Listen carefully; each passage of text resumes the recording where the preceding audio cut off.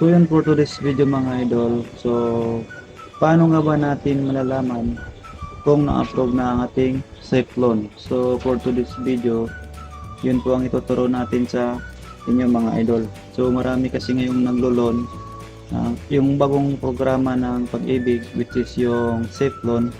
So marami kasing nagtatanong or nagpo-post sa Facebook kung paano daw nila malalaman kung approve na sila sa safe loan. So ngayon tuturuan ko kayo kung paano i-check online. So unang step natin mga idol ay buksan nyo lang ang inyong Chrome. Ayan, pindutin natin yung Chrome.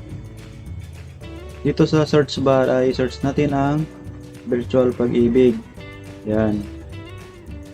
Then kapag lumabas na ito mga idol sa search bar, ito na po yung Virtual Pag-ibig yung sa taas. Ito po yung i-click natin. Click po natin mga idol. Ayan. So dito mga idol, mayroong reminders. So check lang po natin yung box. Then click natin yung proceed. Ayan.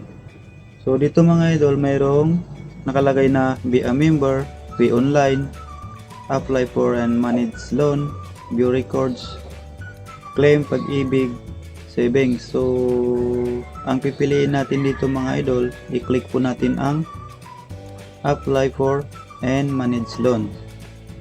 Yan. So ito po yung mga lalabas dito mga idol.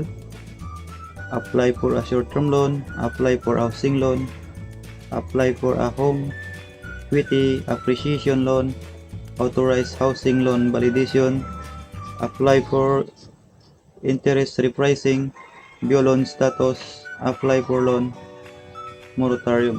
So ang isi-select natin dito mga idol ay yung view loan status. So po, click po natin. Yan. So pagka-click natin yan mga idol ay may nakalagay dyan na select type of loan. So click po natin to.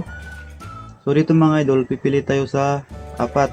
So housing loan, multipurpose loan, calamity loan, o safe loan. So siyempre yung i-check natin yung safe loan. So click po natin yung safe loan. Yan.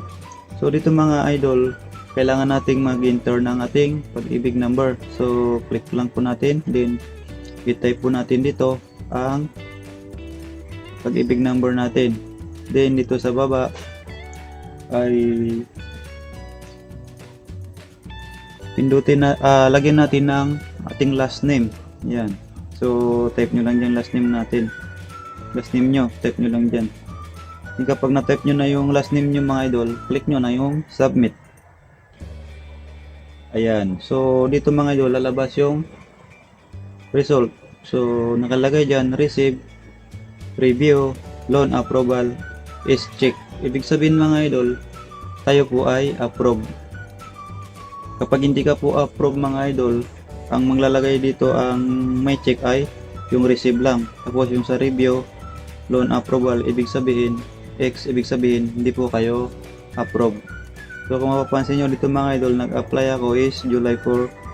So July 9, July 10, almost 6 days bago tayo na 4 days bago tayo na approve. Tagal-tagal din.